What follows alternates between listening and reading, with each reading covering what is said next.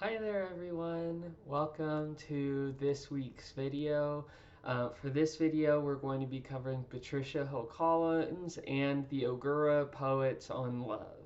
There will also be an additional video on the love poetry of Sappho. So this is a little bit unusual for our class. You know, we typically will only have one reading, maybe two, on a given topic for any week. But part of the intention of this week, this unit that we're doing together, is to try to get more of an expansive vision as to what really counts as philosophy, right? Um, One of the points that I've tried to make over and over again, right, is that doing philosophy is a different thing, right, than, for example, taking college courses in philosophy or even, getting a PhD and becoming a professor of philosophy, right? Because if those were the only people that philosophized, then philosophy would be useless to us, right? It wouldn't speak to any of the circumstances of our lives. It would be some purely academic affair for, some nerds or whatever, right? Like me or whoever, to go and study purely for their entertainment. Right? And many people have this view of philosophy, and some, even endorse it, right? But the case that I would make, right, is that that view of what philosophy is and what philosophy does and what philosophy is meant to do can't even account for how figures like Plato or Socrates were philosophers, because they weren't looking for institutional validation or anything like that, right? They were engaged in the pursuit of wisdom. And moreover, when you take a view of philosophy that is more broad and more expansive in this way, we can also recognize that, like, the people around us have philosophies, right? They have an outlook about what is important in life, and you know um, what it is that you should do. If your parents, for example, are anything like mine, then they had a point of view when they raised me. They thought that there's sort of like a way of living that is respectable and dignified and whatnot, and you should be polite to other people, and you should do yourself this way, and so on and so forth. And even though, my parents weren't the inventors of this set of values or anything like that, it nonetheless reflects, it's an expression of a decision about what sort of life is worth living, what things are good, what things are bad, how should you behave, and so on. And so the questions of philosophy are not merely the affairs of philosophers or anything like that. To the contrary, we're interested in them because they give us interesting tools or concepts or ways of thinking about problems that can be useful for us, right? And that is ultimately the center of value for doing philosophical inquiry, is trying to see how it can affect your life, right? And so, as a result of this view, I think we have to take a much more expansive view, both about the topics that philosophy covers, as well as the form in which philosophy is produced. So, in a way, to continue our discussion of what we were talking about last week, right, we were talking about how the phenomenon of colonialism prevents us from having unmediated access to the philosophical points of view of the tribal peoples. This was the argument that Deloria Jr. Was making. And so, similarly, if we exist in a society that valorizes a certain model of philosophy and what philosophy is meant to do, then this presents a similar, problem, right? We don't have what Deloria Jr. called a truly planetary philosophy, a global outlook, right? We've decided to count only certain sorts of things, namely the things that will, impress philosophy professors, that count as genuine philosophy. And then there's this whole slew of stuff and philosophical questions that we simply dismiss because we don't treat it as serious philosophy, right? One example of this that is a central subject for this week is love. Philosophers, for the most part, are not very interested in talking about love, right? They're not interested in saying what sorts of love is valuable, what sorts of love are harmful. Is love ever harmful? Is love morally good, right? These are not questions that contemporary philosophers really address. They don't really ask questions like, well, what is love, right? And part of the reason why is the impression that this is really a feminine question, right? That women are concerned with the domestic stuff. They should ask questions about family. They should ask questions about love and blah, blah, blah, blah, blah. But we, the male philosophers, right, speaking in their voice, we are concerned with much, deeper questions than that, for example, about the nature of fundamental reality, or what is truth, or what is knowledge, and so on.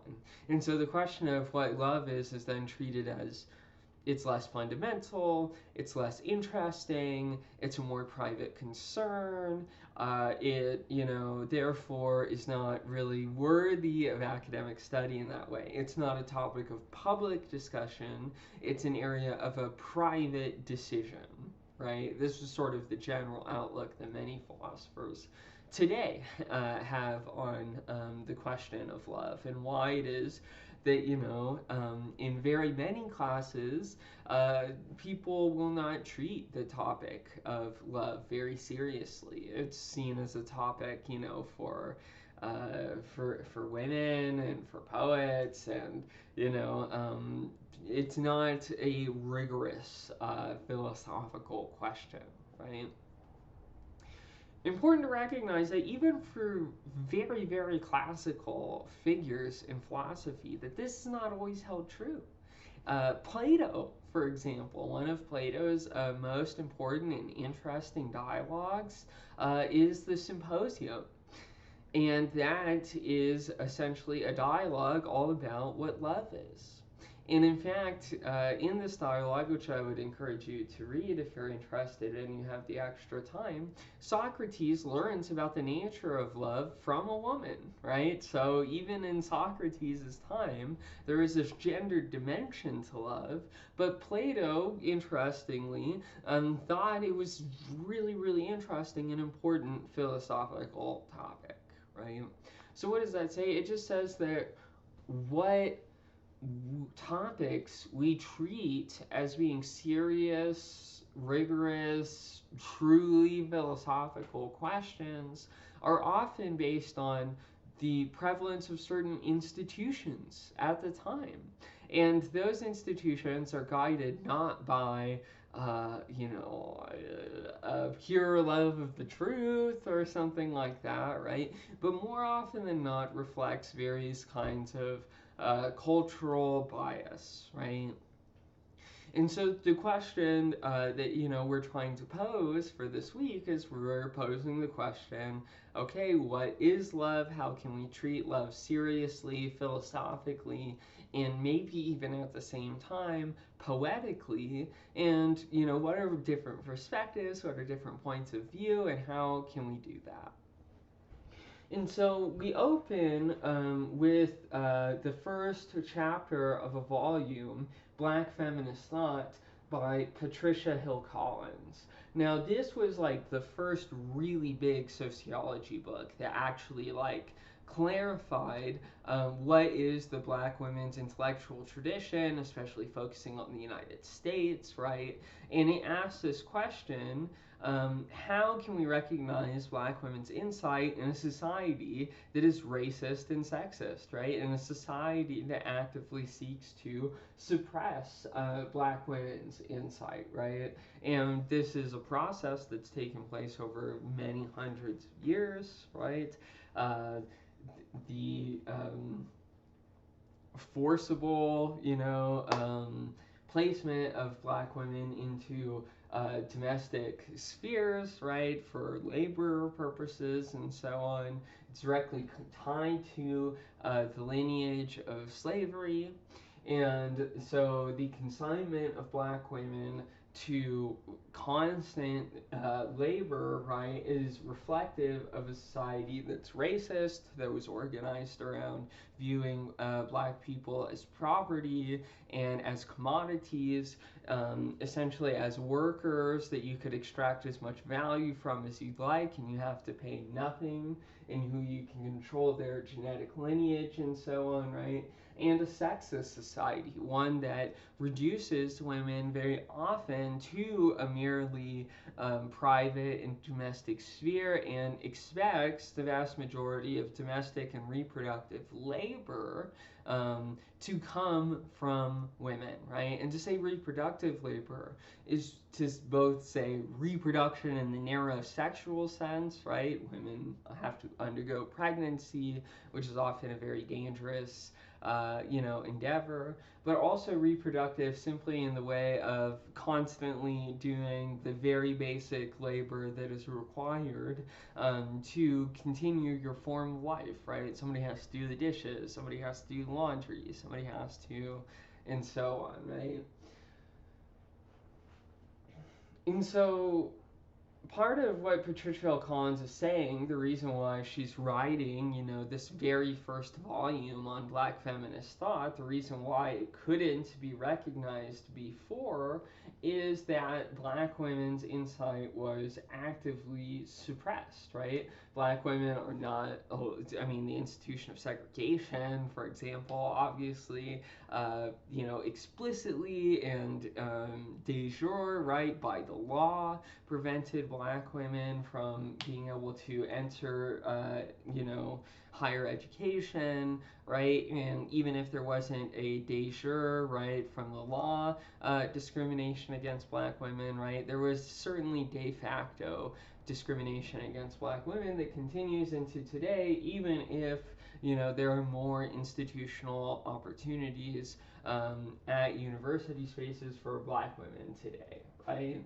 And so while there is increasing recognition of black women's intellectual tradition and black feminist tradition and thought and insight, really this has only taken place, the institutional, recognition of it, since Patricia Hill Collins' text, right? So when she was writing, it was very much considered like a career killer, for example. To make this your central focus.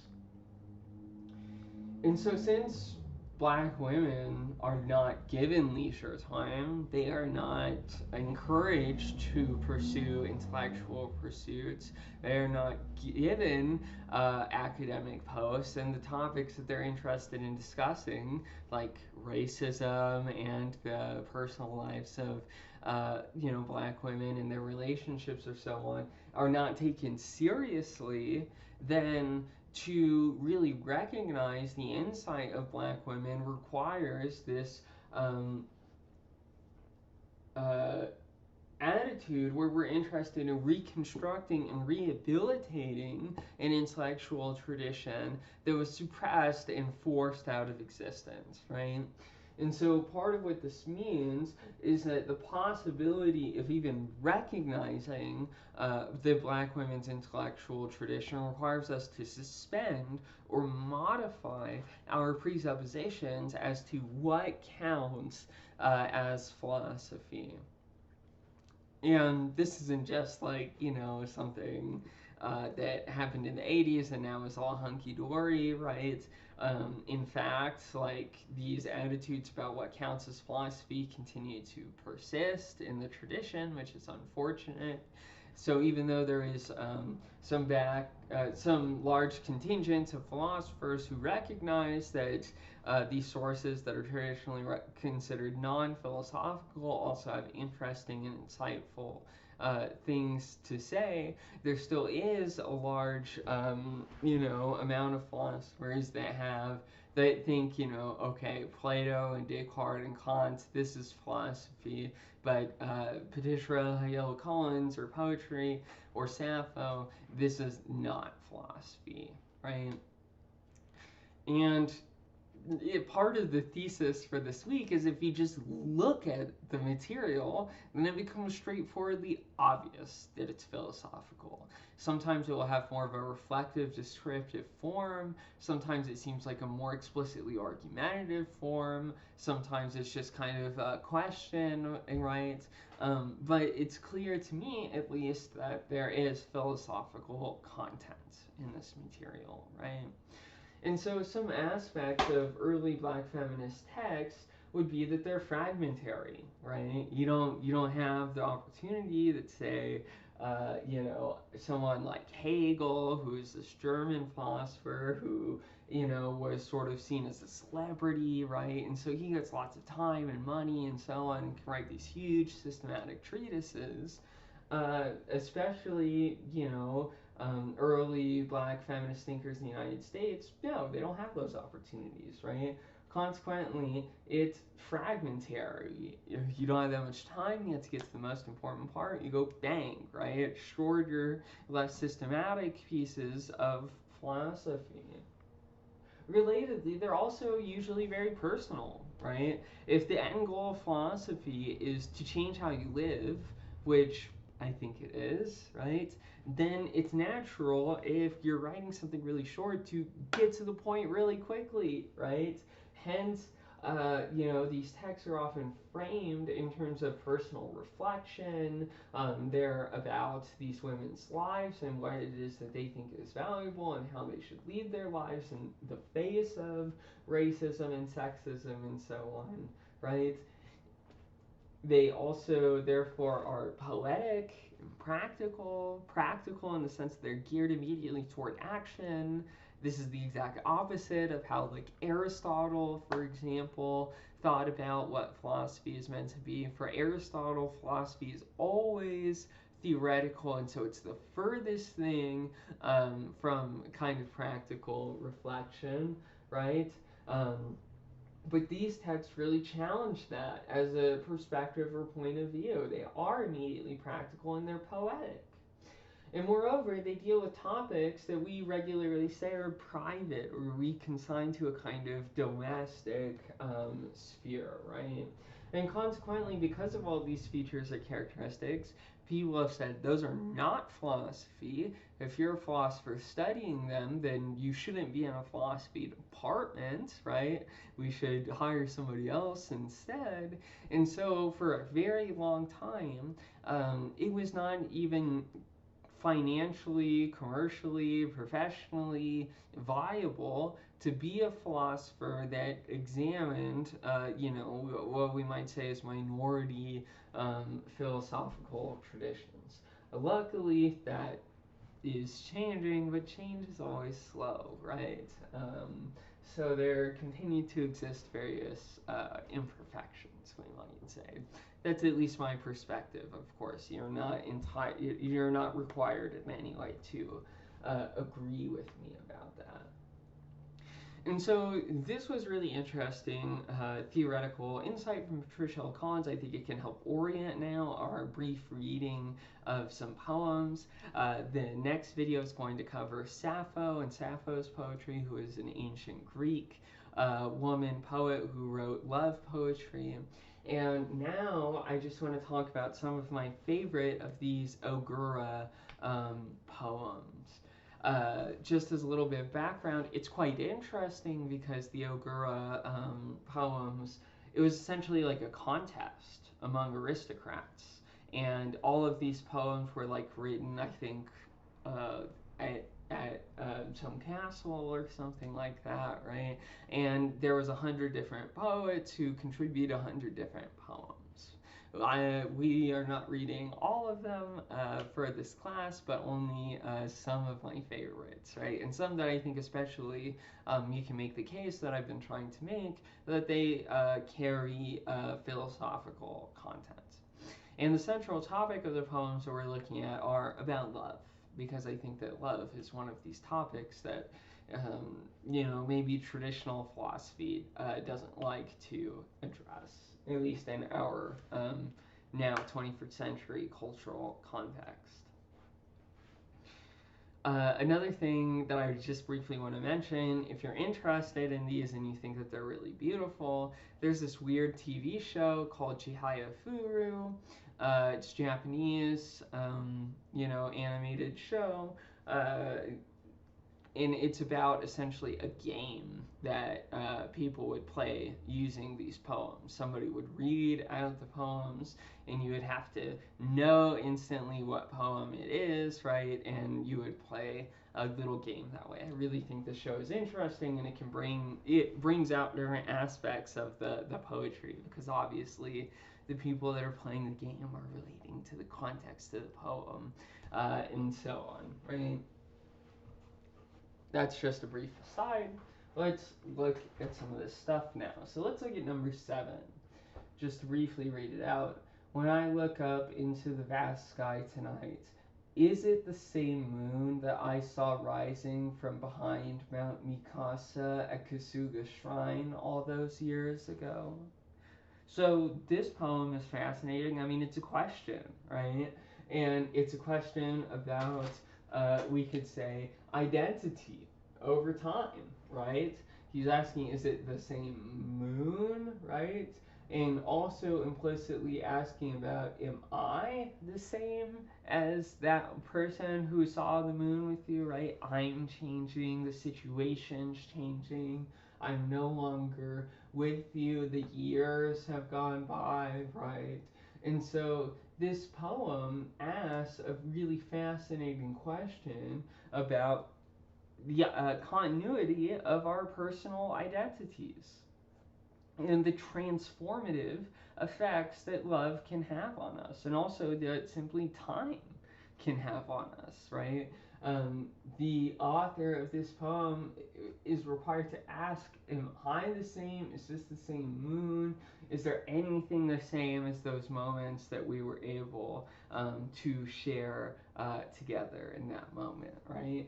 And so that's really, I think, interesting, poetic, statement of a question about our personal identities, time, and the transformative effects of love. Okay, let's look at another one. Let's look at 9, for example. A life in vain, my looks, talents faded like these cherry blossoms, paling in the endless rain that I gaze upon alone. So here too, we get really, really interesting philosophical statement, right? It's about vanity, right? What's vain? Well, her looks, her talents, right? Why are they vain? Because they faded, right?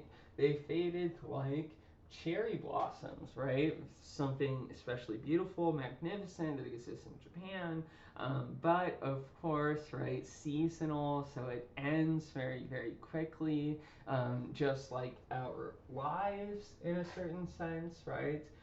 Here, I think the endless rain that causes the paling of the cherry blossom is meant to be like time, right? Endlessly, time keeps going on, right? And it causes this fading to happen. And the author here ends the poem with a statement about how they're alone, right? About how they're alone in a way, viewing the futility of all of these things. And it's hard not to get the sense that, if they were not alone, that perhaps this life would be less in vain, right? So a potential statement about the value, the importance of love, especially as compared with material goods. And this is a theme that will come up in the Sappho that we're doing together as well. I'm giving brief readings of the Ogura poems mostly because I want to give really detailed readings of the Sappho. And one other thing I think is worth pointing out, right? Poetry is not uniform. No genre is really uniform in terms of like, is it high cultural capital? Is it low cultural capital? Right? When I say cultural capital, what I mean is that, like, for example, in Europe in the Middle Ages, kings, for example, would oftentimes patronize poets and artists. Why? Because it was seen as a contribution to their lordship, right? They would be seen as an especially gracious, learned, etc., whatever, right? Lord, if they were involved in some way in these cultural productions and could sponsor them, right? The poetry then spoke implicitly to the wisdom of the king and the court and so on. And also, then the poetry would be written for this purpose, right? It was written as a kind of special cultural property, right? We can call it capital in the same way that we have financial capital. And so the Ogura poems come from a kind of aristocratic place, right? Most of the people who write these poems, if you look, are like princes or lords or something like that, right? But obviously, in the context that Patricia L. Collins is talking about, then poems obviously come from a much more, you could say, proletarian place, right? If you're just talking about class, then these are laborers, right? These are laborers who are writing reflections in their spare time and so on, right? Versus poetry that, is like very valuable, interesting cultural property for someone who has a lot of money. Okay. Let's look at some more. Like Naniwa's channel markers whose name means self-sacrifice, I too would give my life just to see you once again. So here we have, a statement about the value of one's life, about the nature of self-sacrifice, and, obviously its relationship to love, because there's one other person that the author wants to see, right? Okay, finally, let's just briefly look at this last one so that this video doesn't run too long. How I longed for you before we had made love. Yet, when I compare my heart since then to what it was before, I know that I had not grasped at all what it means to love. So here we have a very interesting moment where the author professes that their previous conception of love was inadequate, that they know now that what they feel is not love. And so this encourages us to reflect on, well, how is this author wrong, right? When they made love, they had thoughts, this is what it meant to be in love, but love is clearly something more, right? Something kind of deeper, right? And that encourages us as the reader to try to figure out what that deeper nature of love is. I very much look forward to reading your insights, your favorite poems, your point of view for the discussion forum for this week, and I'll see you next time. Bye.